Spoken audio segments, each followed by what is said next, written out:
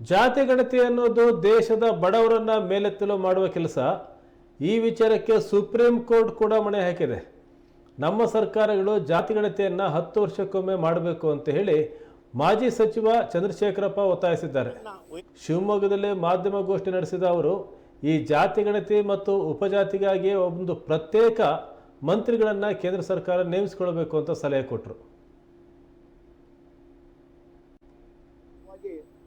100 ಕೋಟಿ 120 ಕೋಟಿ 140 ಕೋಟಿ ಅಂತ ಹೇಳ್ತೀವಿ. ಪ್ರತಿ 10 ವರ್ಷಕ್ಕೊಂದ್ಸರಿ ಸೆನ್ಸಸ್ ಆಗಬೇಕು. ನಾನು ಕೇಂದ್ರ ಸರ್ಕಾರ ಈಗಾಗಲೇ ಪತ್ರವನ್ನು ಬರೆದಿದ್ದೇನೆ. ಸಂಬಂಧಪಟ್ಟ ಮಂತ್ರಿಗಳಿಗೆ, ಪ್ರಧಾನಮಂತ್ರಿಗಳ ಪತ್ರವನ್ನು ನಾನು ಬರೆದಿದ್ದೇನೆ ಆಗಲೇ. ಇದಕ್ಕೆ ಒಬ್ಬ ಸಪ್ರೇಟಾಗಿ ಮಂತ್ರಿ ಮಾಡಬೇಕು. ಯಾಕೆ ಸೆನ್ಸಸ್ ಭಾಳ ಮುಖ್ಯ. ವೋಟಿನ ಹಕ್ಕನ್ನು ಕೂಡ ಮಾಡೋ ಬಗ್ಗೆ, 18 ವರ್ಷದ ಮಕ್ಕಳಿಗೆ ವೋಟ್ ಕೊಡೋ ಬಗ್ಗೆಯೂ ಕೂಡ ಆ ಸೆನ್ಸಸ್ಸಲ್ಲಿ ಸೇರಿರ್ತಕ್ಕಂಥದ್ದು. ಆ ಉದ್ದೇಶಕ್ಕೋಸ್ಕರ ನಾನು ಇವತ್ತು ಕರೆದಿರ್ತಕ್ಕಂಥದ್ದು. ಇವತ್ತು ಏನಾಗಿದೆ ಅಂತ ಹೇಳಿದ್ರೆ, ಯಾವುದೇ ಸಮಾಜ ಆಗಿರಲಿ, ಆ ಸಮಾಜ ಇವತ್ತು ಎಷ್ಟಿದೆ, ಎಷ್ಟು ಜನಸಂಖ್ಯೆ ಅಂತ ಹೇಳೋದಕ್ಕೆ ಕೇಂದ್ರ ಸರ್ಕಾರ ಹೊಣೆ. ರಾಜ್ಯ ಸರ್ಕಾರಕ್ಕಿಂತ ಕೇಂದ್ರ ಸರ್ಕಾರಕ್ಕೆ ಭಾಳ ಮಹತ್ವವಾದ ಹೊಣೆ ಇದೆ. ಅದನ್ನು ತಾವು ತಿಳ್ಕೊಳ್ತಕ್ಕಂಥ ವಿಚಾರ.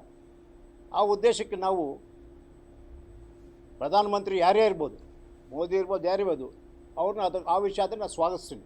ಮಾಡಲಿ, ಒಳ್ಳೆ ಕೆಲಸ, ತಪ್ಪೇನಿಲ್ಲ. ಮುಖ್ಯಮಂತ್ರಿಗಳು ಸಿದ್ದರಾಮಯ್ಯವರು ಮಾಡಿಲ್ಲ ಅಂತಲ್ಲ, ಅದನ್ನು ಅವರು ಇಡೀ ದೇಶಕ್ಕೋಸ್ಕರ ಮಾಡಿರ್ತಕ್ಕಂಥದ್ದು ಒಳ್ಳೆ ಕೆಲಸ. ಇಡೀ ರಾಜ್ಯದ ಮೂಲೆ ಮೂಲೆಗೂ ಕೂಡ ನಾನು ಎಷ್ಟೋ ಜನಕ್ಕೆ ನನ್ನ ಮಿತ್ರರೆಲ್ಲ ಕೇಳಿದಾಗ ಅವರೆಲ್ಲ ಕಡೆನೂ ಪ್ರಾರಂಭ ಮಾಡಿದಾರಾಗಲಿ ಈ ಸೆನ್ಸಸ್ ಬಗ್ಗೆ ಅವೇರ್ನೆಸ್ ಕೊಡೋ ಬಗ್ಗೆ ಭಾಳ ಸೀರಿಯಸ್ಸಾಗಿ ತೊಗೊಂಡಿರಿ ಎಲ್ಲ ಕಡೆ.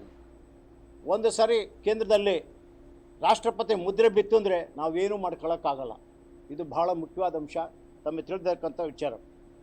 ಹಿಂದಿನ ದಿನಗಳಲ್ಲಿ ಅಂದಿನ ಮುಖ್ಯಮಂತ್ರಿ ದಿವಂಗತ ನಿಜಲಿಂಗಪ್ಪನವ್ರು ಹೇಳಿದರು, ಪ್ರತಿಯೊಬ್ಬ ಪ್ರಜೆ ಕೂಡ ರಾಜಕೀಯ ಪ್ರಜ್ಞೆ ಇರಬೇಕು ಅಂತ. ಇವತ್ತು ರಾಜಕೀಯ ಶಕ್ತಿ ಬಹಳ ಆಗಿದೆ. ಇವತ್ತು ಪ್ರತಿಯೊಂದು ವಿಚಾರ ಕೂಡ ನಾವು ರಾಜಕೀಯ ನೋಡ್ತಾ ಇದ್ದೀವಿ. ನೀವು ನೋಡಿರಬೇಕು, ಪ್ರತಿಯೊಂದು ವಿಚಾರದೂ ಕೂಡ ರಾಜಕೀಯ ಬೆಳೀತಾ ಇದೆ. ಸಣ್ಣ ಸಣ್ಣ ವಿಚಾರ ಕೂಡ ರಾಜಕೀಯ ಬೆಳೀತಾ ಇದೆ. ಅದನ್ನು ನಾವು ಗಂಭೀರವಾಗಿ ಪರಿಗಣನೆ ಕೊಟ್ಟು ಪ್ರತಿಯೊಬ್ಬನಿಗೂ ಕೂಡ ರಾಜಕೀಯ ಶಕ್ತಿ ಬರಬೇಕು. ಅನೇಕ ವಿಚಾರಗಳು ದಿವಸ ನೋಡ್ತಾ ಇದ್ದೀರಿ. ಇವತ್ತು ರಾಜಕೀಯ ಶಕ್ತಿಯಿಂದ ಇವತ್ತು ಏನಾಯಿತು ಅಂದರೆ, ಪಾಕಿಸ್ತಾನ ಮತ್ತು ಭಾರತ ದೇಶ ಯುದ್ಧ ಶುರುವಾಯಿತು. ಬೇರೆ ದೇಶದಲ್ಲಿ ಹೇಳಿದ್ರು ತಂಬತ್ತು ನಿಲ್ಲಿಸಿ ಮತ್ತೆ ನಾನಾ ರೀತಿ ಕಿರುಕುಳ ಆಗ್ತಾ ಇದೆ.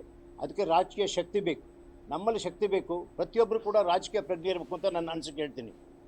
ಅದೇ ರೀತಿ ನನ್ನ ಸಮಾಜ ಪರವಾಗಿ, ಮುಸಲ್ಮಾನ್ ಸಮಾಜ ಪರವಾಗಿ ಕೇಳೋದಿಷ್ಟೇ, ನಾವು ನಿಮ್ಮ ಧರ್ಮದ ಬಗ್ಗೆ ನೀವು ಅವೇರ್ನೆಸ್ ಮಾಡಬೇಕು.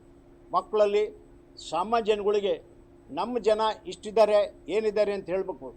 ನಾನು ಮೊನ್ನೆ ಕೂಡ ಸೆನ್ಸಸ್ಸನ್ನು ನಾನು ಅನೇಕ ಜನ ನಿಮ್ಮಲ್ಲೂ ಕೇಳ್ತಾ ಇದ್ದೀನಿ, ನಿಮ್ಮಲ್ಲಿ ಯಾರು ಬಂದು ಸೆನ್ಸಸ್ ಮಾಡಿದ್ರಾ? ನೀವು ಪತ್ರಕರ್ತರು ನೀವು ಭಾರತೀಯರೇ, ನಿಮ್ಮಲ್ಲಿ ಯಾರು ಮಾಡಿದ್ರೆ ಹೇಳಿ, ತಪ್ಪೇನಿಲ್ಲ. ನಾನೊಬ್ಬ MLA ಆಗಿದ್ದವನು, ಸಮಾಜಕ್ಕೆ ನಮ್ಮಲ್ಲಿ ಯಾರಿಗೂ ಬಂದಿಲ್ಲ. ತಮ್ಮಲ್ಲಿ ಯಾರಿದ್ರು ಹೇಳಿ, ಅದ್ರ ಬಗ್ಗೆ ನಾನು ಬೇಜಾರಿಲ್ಲ. ಯಾರು ಬಂದರೆ, ನೇತಾಜಿ ಬಂದಿದ್ರೇನ್ರಿ ಹೇಳಿ, ಇಲ್ಲ ಅದಕ್ಕೆ ಹೇಳಿ. ನಿಮ್ಮಲ್ಲಿದ್ರು ಬಂದರೆ ಹೇಳಿ, ನನಗೇನು ಬೇಜಾರಿಲ್ಲ. ಬಂದು ಅದು ಸುಮಾರು ದೊಡ್ಡ ಪೇಜೇ ಇದೆ. ಅದರಲ್ಲಿ ನಿಮ್ಮ ತಂದೆ ತಾಯಿ ಹೆಸರು, ನಿಮ್ಮ ಕುಲ, ಪ್ರತಿಯೊಂದು ಕೂಡ ಬರೆಸ್ತಾರೆ. ಆದ್ದರಿಂದ ನಾವೆಲ್ಲ ಪ್ರತಿಯೊಂದು ಕೂಡ ನಾವು ಯಾವ ಜಾತಿ ಏನು, ನಾವು ಏನು, ಯಾವ ವಿದ್ಯಾಭ್ಯಾಸ ಮಾಡಿದ್ದೀವಿ, ಉದ್ಯೋಗ ಏನು, ಮಕ್ಕಳ ವಿದ್ಯಾಭ್ಯಾಸ ಏನು, ಪ್ರತಿಯೊಂದು ಬರೆಸ್ತಾರೆ. ಅದು ಯಾರಿಗೂ ಕೂಡ ಗೊತ್ತಿಲ್ಲ.